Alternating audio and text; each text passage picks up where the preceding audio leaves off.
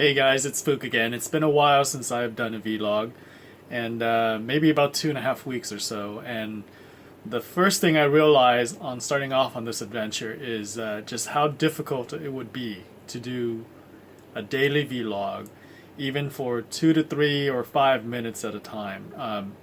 You simply don't find the time that you can sit and talk to the camera for 5 minutes and then download the video to your computer and just upload it straight to YouTube.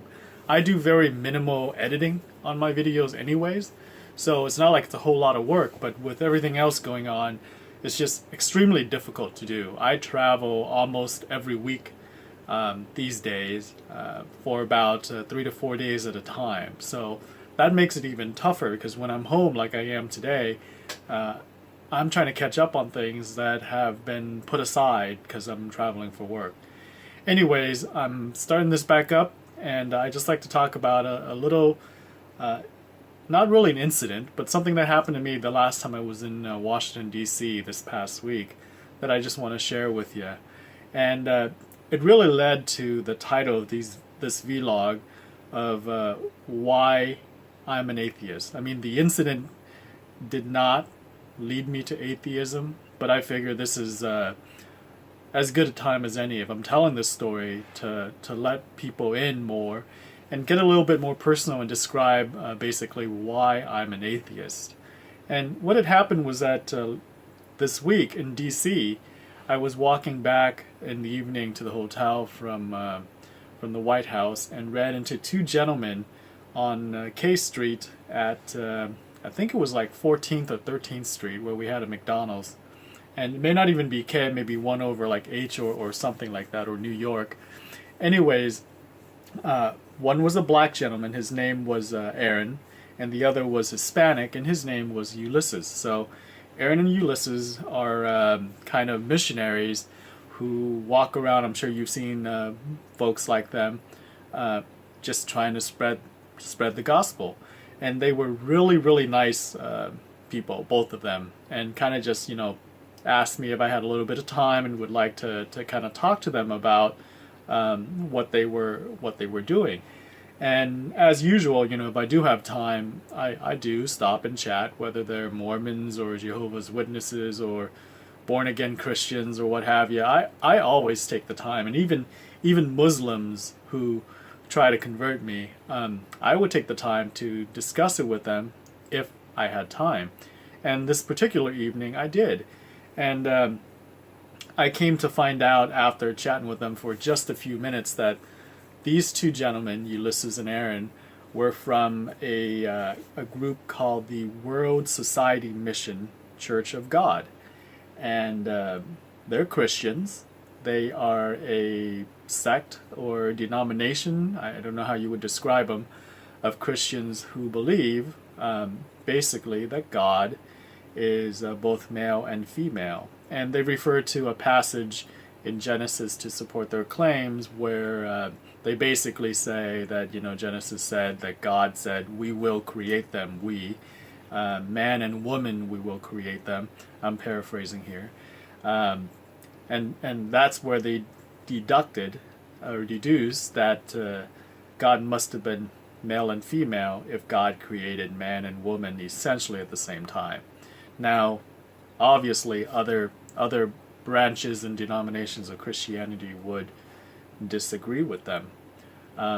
During this discussion and kind of finding out more about them, I found out that this is something that started in Korea. I came back and I read a little bit more about them, and found out that they shared some beliefs with the Seventh-day Adventists, but they deviate quite a bit in other beliefs. And in our discussion, which was kind of going down pretty much the standard line, whenever they talk to me and ask me why I don't believe, because I share that and I'm very upfront and very polite with them. They would, ultimately kind of, put forth the arguments on why I should believe God in the first place, a God, and why, the God of Christianity in particular, whether, Jesus Christ or Jehovah or whoever, depending on who you're talking to. And, they were very nice, but the argument always, comes down to the same few arguments that everybody has heard.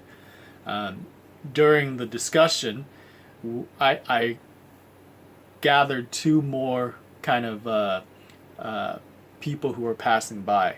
And funny enough, these guys were Catholic. One of them was a gentleman, I didn't catch his name, and his wife. They seemed to be in their late 40s, early 50s.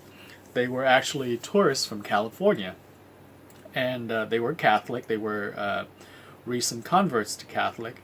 And they began to get into the discussion and were really shocked and appalled that I was an atheist, and actually thought that, the whole idea of religion and a belief in God and all that, as practiced by many, certainly not all, but by many, was actually doing more harm than good, and could be argued that it's actually evil and not good. And they were kind of very shocked and appalled by it. But what was interesting to me was what happened after they found out that the two gentlemen I was talking to, Aaron and Ulysses, were not Catholics, and in fact believed that God was male and female. And after that, they kind of lost interest in me. I mean, they said that the usual things, we'll pray for you, brother, blah, blah, blah. But then they engaged with Aaron and Ulysses and kind of had a debate. I wouldn't say it's an argument with them. And basically it went down where this ex-biker, he looks kind of like a former Hell's Angel guy, beard and all that. And I apologize if I'm stereotyping here, but he really looked like that, just kind of even wearing the same kind of clothing, even though I'm sure, as a recent born-again Catholic, he's mended his ways if they were, not as well as he intended in the past. And he definitely did allude to this, so I'm not making, some of this up. He kind of described that he led a very awful life, and violence and all that, and after he converted to Catholicism, he became a better person. That's why he believed and was trying to spread the word, that this couple from California. So I'm sure I'm adding some to that, but I'm not making the entire thing up. It's coming from kind of our discussion. But they lost interest in me, and basically had this debate with the two gentlemen from the World Society Mission, and were saying how they were glad that these two gentlemen believe in Jesus and in the Christian God. But of course, they were lesser Christians. They didn't have as many powers as we Catholics did, according to this gentleman and his wife, because, they had some kind of, wacky beliefs aside from the core one. And during this whole episode, it just kind of made me chuckle, because this is really one of the reasons why I am an atheist. I mean, aside from just kind of looking at everything around me, reading as much as I can, listening to arguments on both sides, having read the Quran and the Bible. Some of it was during university days as part of my humanities courses, but others just, bits and pieces here and there as I ran into folks, had debates, discussions, and doing my own research. It basically boils down to that, there are so many different belief systems in the world, and they are all not in support of each other, and there's really no way you can reconcile all the major religions in the world. Forget all the minor ones like this World Society Mission of God, but even against the big ones like Muslim, Hinduism, and Christianity and Buddhism, there's really no way to reconcile them. Some have tried to say, well, these are all just different paths to the same truth in God, but I don't buy that. And the discussion between the gentleman from California and his wife with the two gentlemen from this World Society Mission just kind of reinforces that, that they were kind of dismissive, the Catholics were, of these two other Christians. And I'm sure that, if you really talk to most Christians about, say, the beliefs of Mormonism and how it came to be, that a lot of them, they may not say it, but they would be dismissive too. And Christians would obviously dismiss Islam. And Muslims would dismiss Christianity, because they make a pretty big claim that they are the last prophet in the line of prophets, going back to Jesus and others. But they kind of said, this latest revelation is, the best one. And obviously, Buddhism believes in an entirely different system, as does Hinduism and other, big groups of religious systems. And that's just reinforcing in my mind that they can't be all true.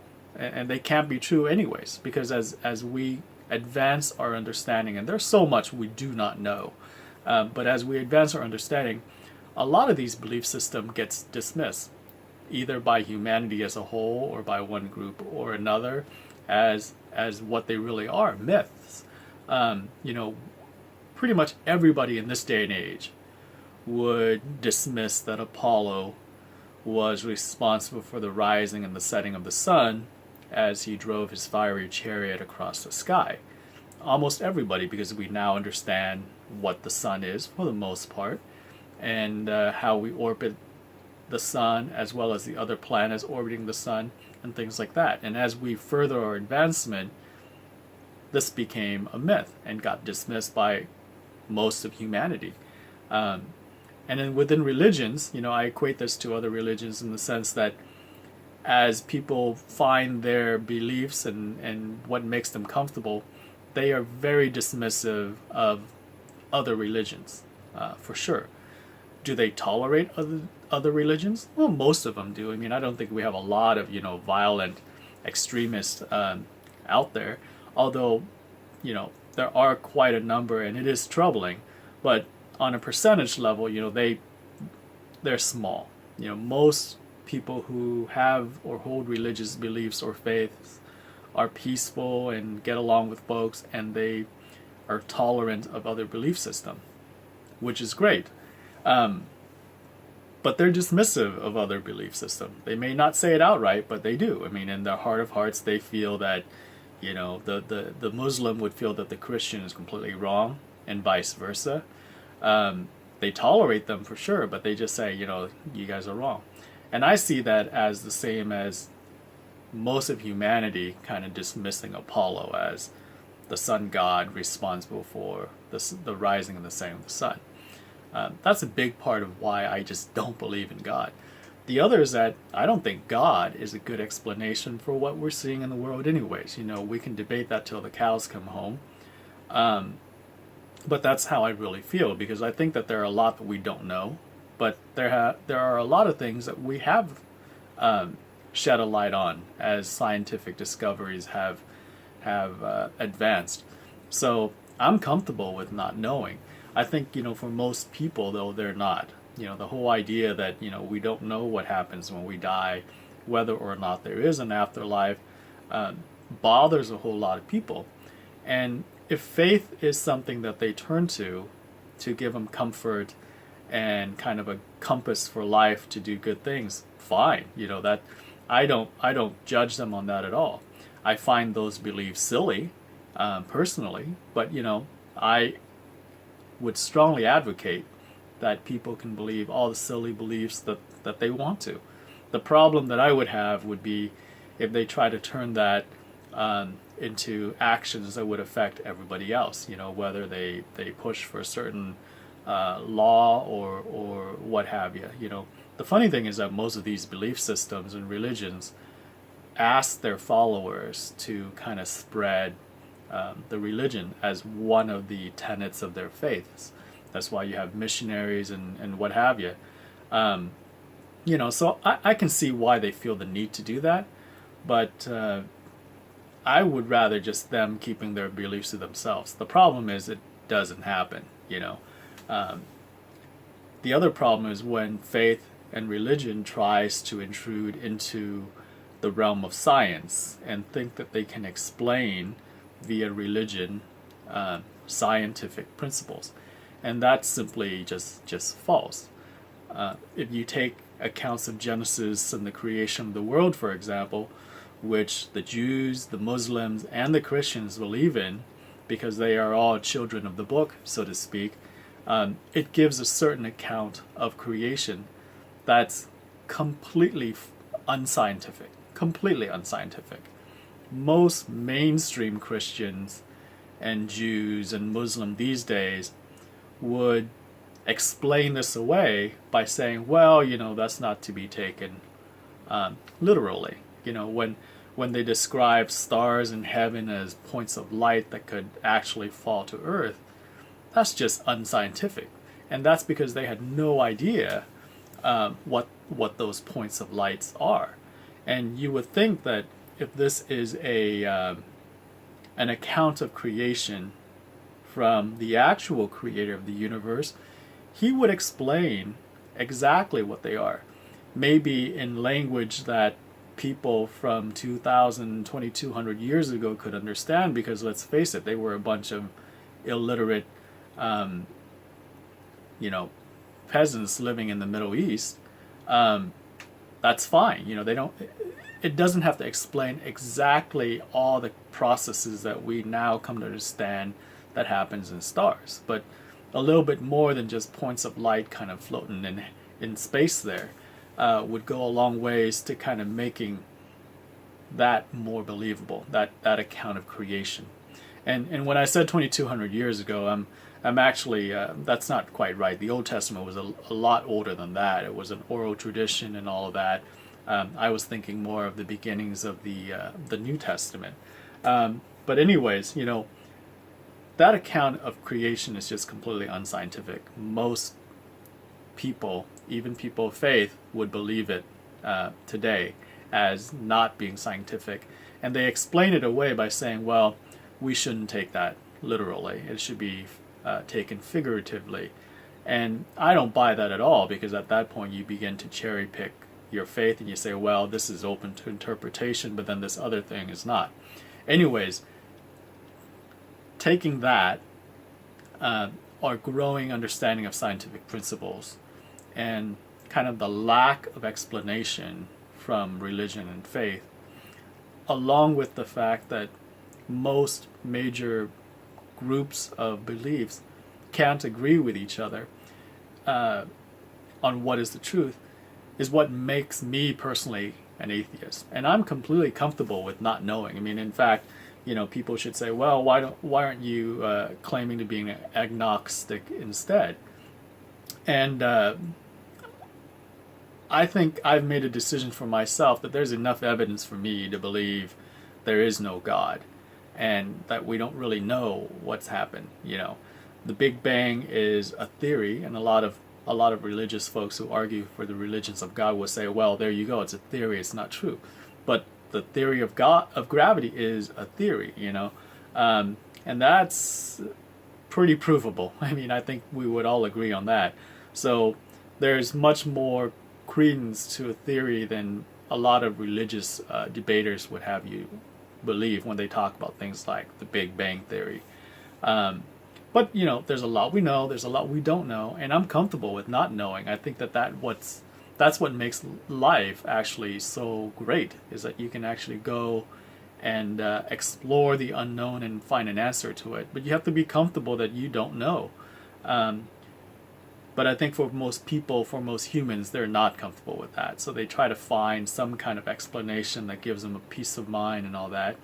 And if you're the kind of believer where you rely on faith and religions to give you peace of mind, to give you comfort, to give you moral guidance, although I would argue that morality is not dependent on a all-powerful and good God at all, but that's a separate debate. But if you require that or need that for your own moral compass and guidance, so be it. It just gets at me when people try to push forward that belief now has the same claim of validity as science, which is simply not true. And that's basically why I myself do not believe in God and am an atheist.